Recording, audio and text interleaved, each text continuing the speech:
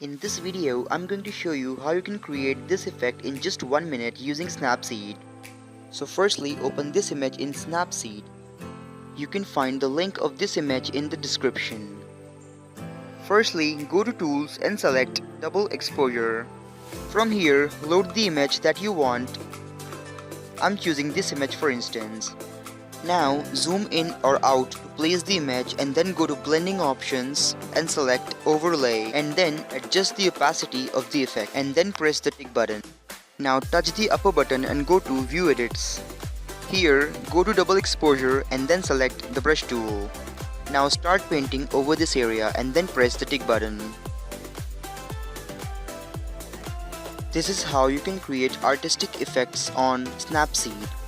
If you are new to my channel, consider subscribing and don't forget to press the bell icon. This is Kumar Amir and you're watching Tech Pirate.